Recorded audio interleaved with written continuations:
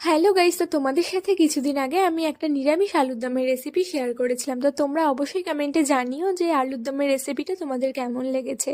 তো এই নিরামিষ আলুর দমের সাথে খাওয়ার জন্য একটা ফ্রাইড রাইসের রেসিপি আজকে আমি তোমাদের সাথে শেয়ার করতে চলেছি। তো সেই জন্য প্রথমে কড়াইটা গরম করে তাতে তেল এবং তেলের মধ্যে অল্প করে ঘি দিয়ে ভালো করে গরম করে কাজু এবং কিশমিশটা হালকা করে ভেজে তুলে রাখতে হবে। ওই তেলেই গাজর বিনসটা দিয়ে কিছুক্ষণ নেড়ে নিতে হবে।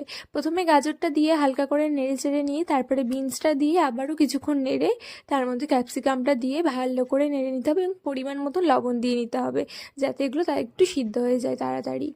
তো তারপর আগের থেকে ভেজে রাখা কাজু এবং কিশমিশটা এর মধ্যে দিয়ে আরেকবার ভালো করে নেড়ে নিতে হবে। অন্যদিকে আগের থেকেই একটা হাঁড়িতে কিছুটা জল নিয়ে তার মধ্যে গোটা গরম মশলা যেমন তেজপাতা, এলাচ, লবঙ্গ ইত্যাদি সমস্ত কিছু দিয়ে ভালো করে জলটা ফুটে গেলে তখন আগের থেকে ধুয়ে রাখা চালটা ওর মধ্যে দিয়ে নিতে হবে এবং 90% কুক করে নিতে হবে।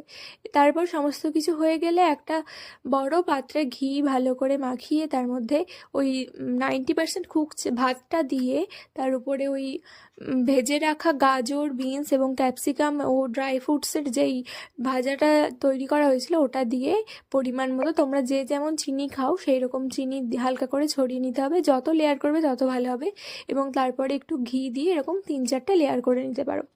তো তারপর এই লেয়ারিংটা হয়ে গেলে তারপরে ভালো করে ঢাকা দিয়ে হালকা আছে একটু নেড়ে চেড়ে নিলেই রেডি হয়ে যাবে ফ্রাইড রাইস। তো তোমরা অবশ্যই জানিও যে এই রেসিপিটা তোমাদের কেমন লাগলো। ভালো লাগলে অবশ্যই লাইক করে দিও আর কমেন্ট করতে ভুলো না, শেয়ার করে দিও। টাটা।